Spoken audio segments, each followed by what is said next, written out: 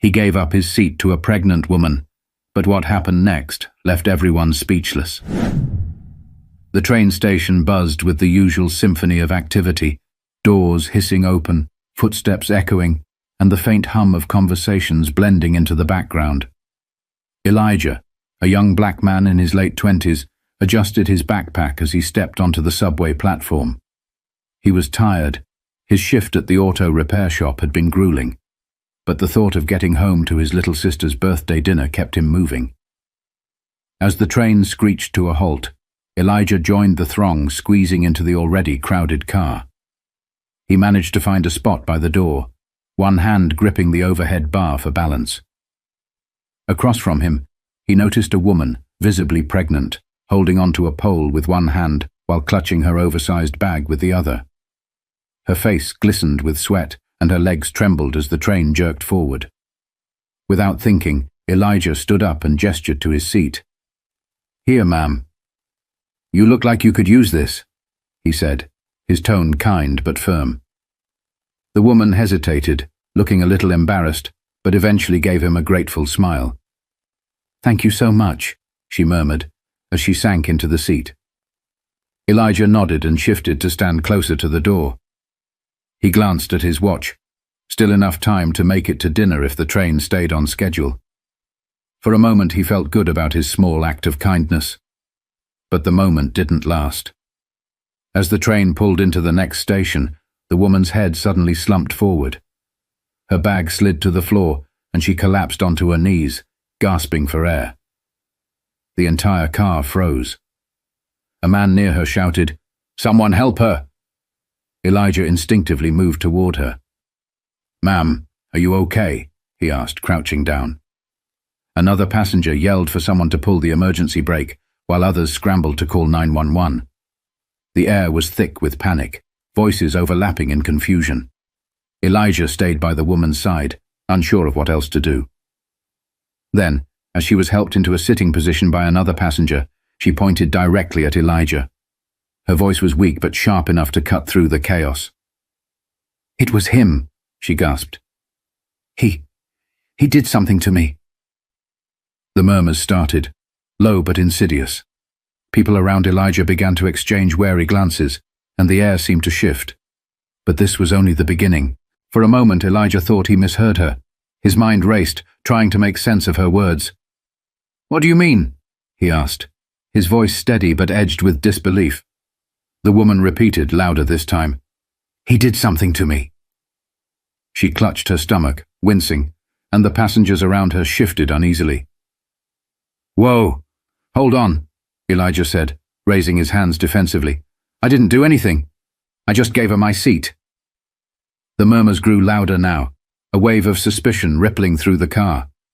A man in a grey suit near the woman spoke up, his brow furrowed. "I saw him standing close to her. What were you doing near her bag?" Elijah turned toward the man, incredulous. "I wasn't near her bag. I was standing by the door the whole time." But it didn't seem to matter. People were already piecing together their own version of events, their assumptions filling in the gaps. A woman with a stroller muttered something under her breath, casting a wary glance at Elijah. Another passenger, an older man with glasses, stepped between Elijah and the pregnant woman, as if to shield her. "Someone call the police," a voice shouted from the back. Elijah's stomach sank. "Why would you call the cops? I didn't do anything." His voice cracked slightly, not from fear but from frustration. The train screeched to a stop at the next station, and moments later, 2 transit officers boarded the car. Their presence seemed to intensify the tension in the air. "What's going on here?" one of them asked, surveying the scene.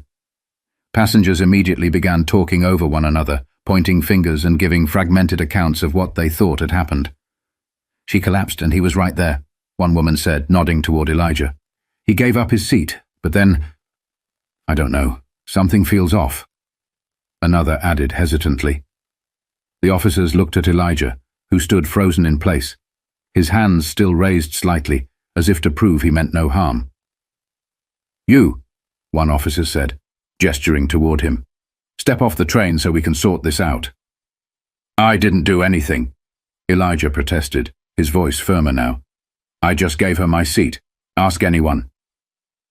The officers exchanged a glance before one replied, "We'll figure that out.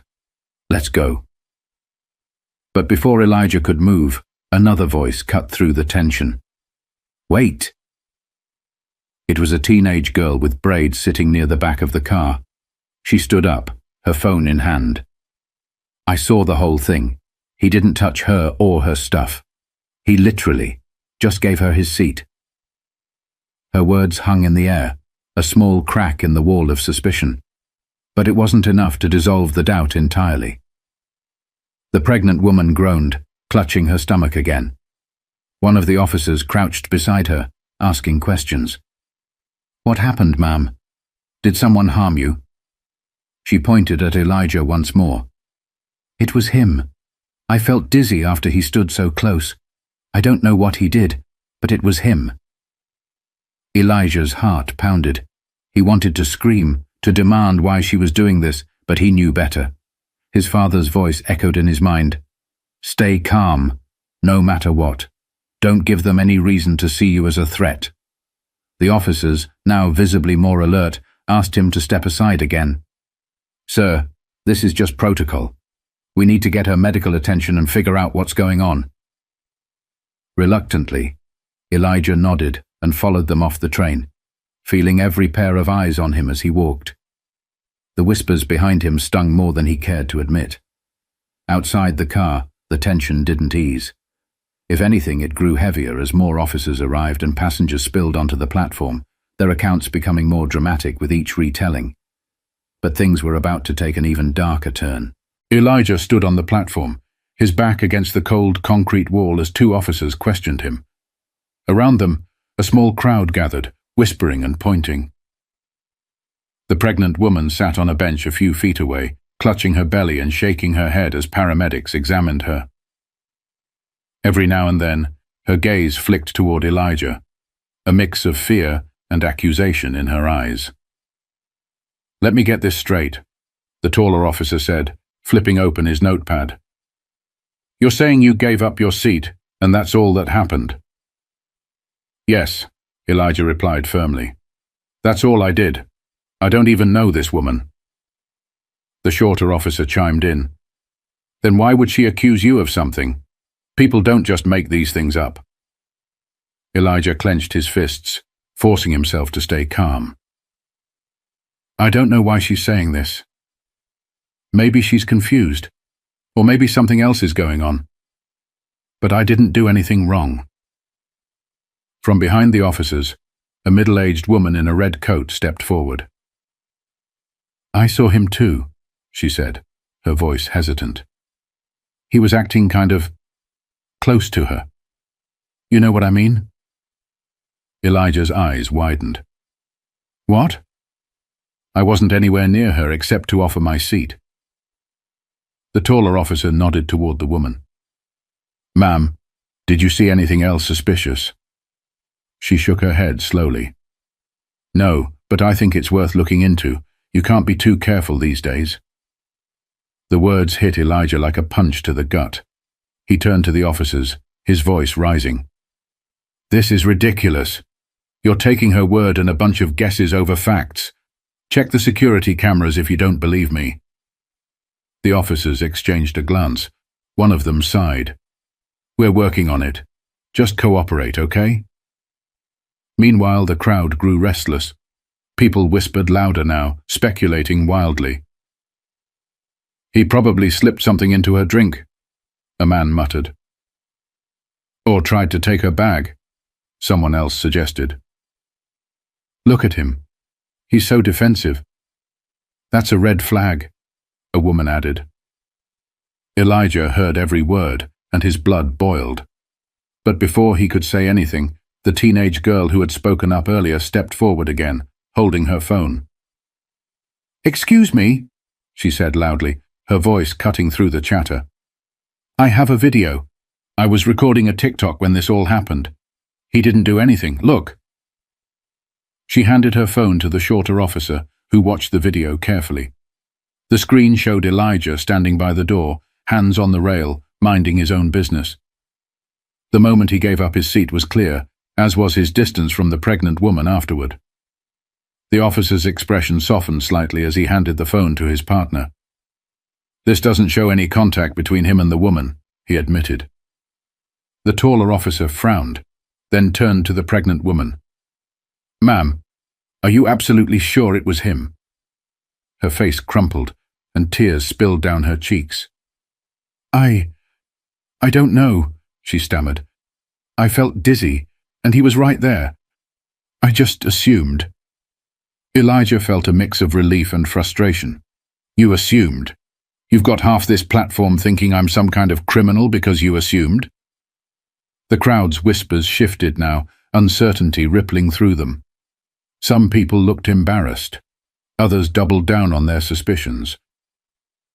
But just as things seemed to calm, one of the paramedics spoke up.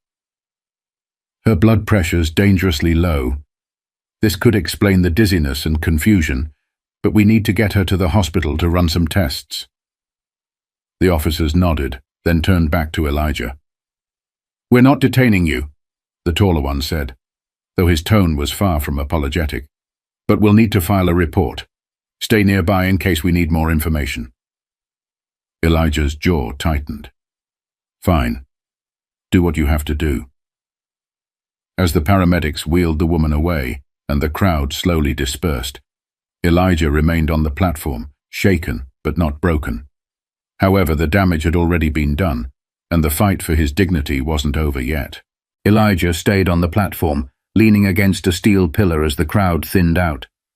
A few stragglers lingered, still casting furtive glances his way, but most people seemed eager to leave the uncomfortable scene behind. His mind raced. Every fiber of his being screamed at the injustice, how quickly assumptions had painted him as the villain. He noticed the teenage girl who had defended him earlier standing nearby, scrolling through her phone. She looked up and caught his eye, offering a small, apologetic smile. "Thanks for speaking up," Elijah said, his voice strained but sincere. She shrugged. "It's just messed up how everyone jumped on you like that. People always assume the worst for no reason." Her words lingered in the air. No reason. Elijah knew better. He'd seen it before, felt it before. It wasn't no reason. As he stood there, one of the officers approached him again. "Listen," the taller one began, his tone more measured now. "We reviewed the security footage from the train. It backs up what you said. You didn't do anything wrong. You're free to go." Elijah let out a sharp exhale, relief flooding through him. "I told you that from the start," he said, unable to keep the edge out of his voice. The officer shifted uncomfortably. "Yeah, well, we had to be thorough. You know how it is." Elijah stared at him, the words catching in his throat. Did he really know how it was? Or was the officer just excusing the implicit bias that had colored the entire situation? Before he could respond, the paramedics returned from the ambulance parked outside. One of them walked over to Elijah and the officer. "She's stabilized now," the paramedic said. "Turns out her dizziness was caused by a severe drop in blood pressure. Nothing to do with anyone on the train. It could have happened anywhere." The officer nodded, as if that settled the matter. "All right, thanks for the update." He turned back to Elijah. "Looks like this was all a big misunderstanding." Elijah felt his jaw clench again. Misunderstanding. The word felt too light, too casual, for the weight of what had just happened. "Misunderstanding," he repeated, his tone icy. "Do you have any idea what it's like to have a whole train of people look at you like you're a criminal? To hear them whisper, point, assume?" The officer looked down, awkwardly scratching the back of his neck. "Look, I get it, okay? But it's over now. You can go." Elijah laughed bitterly. "It's over for you. For me? This'll stick in my mind every time I get on a train, every time someone looks at me sideways. You don't get to tell me it's over." The officer didn't respond, and after a moment he walked away. The teenage girl approached Elijah again, holding up her phone. "I posted the video," she said softly. "The whole thing. from you giving up your seat to everyone blaming you. People need to see what really happened. Elijah blinked, taken aback. You didn't have to do that, he said. I wanted to, she replied. People need to stop jumping to conclusions. Maybe this'll make someone think twice next time. Elijah nodded, appreciating her gesture, even if he wasn't sure it would change anything. As he finally made his way out of the station, his phone buzzed. It was his sister, asking if he was still coming to her birthday dinner. Elijah hesitated before responding. The weight of the evening pressed on him, but he knew he couldn't let it ruin the one bright spot in his day. I'm on my way, he texted back.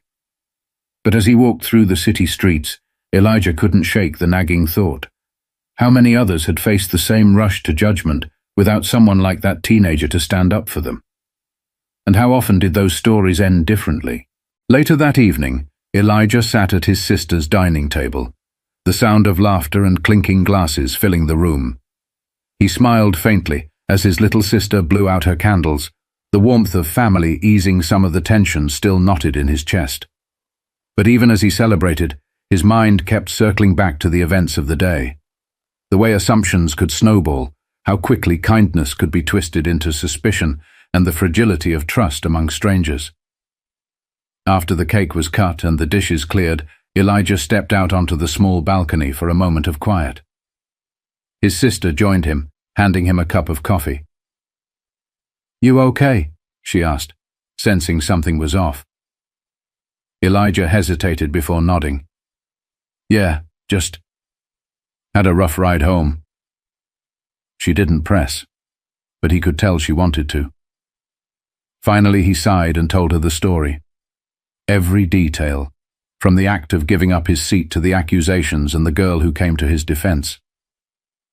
When he finished, she shook her head, her expression a mix of sadness and anger. It's not fair, she said softly. You did the right thing, and somehow you still ended up being the bad guy. Elijah nodded, staring out at the city lights. It's not just me, though. This happens to people all the time. I was lucky that girl had my back. Not everyone gets that. His sister rested a hand on his shoulder. You can't control what people assume, Eli, but you can control how you handle it. You stayed calm, and you stood your ground. That says a lot about who you are. Elijah thought about her words. He hadn't felt calm in the moment, but looking back, he realized she was right. He could have lashed out, shouted, or stormed off, but he hadn't. And maybe that had made all the difference. As he stood there, a thought struck him. Kindness wasn't always easy, and it didn't always pay off the way you expected. But it mattered, because the world was too quick to judge, too quick to assume, and someone had to break that cycle. He took a deep breath and turned back to his sister. You know what? I'd do it again, he said quietly, even knowing how it turned out. She smiled. That's why I'm proud of you. Stories like Elijah's remind us to pause, reflect, and challenge our own assumptions.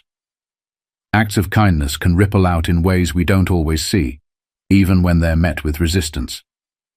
So the next time you find yourself in a moment of judgment, stop and ask, what's the full story? And if this story resonated with you, don't forget to subscribe for more content that challenges perspectives and inspires change.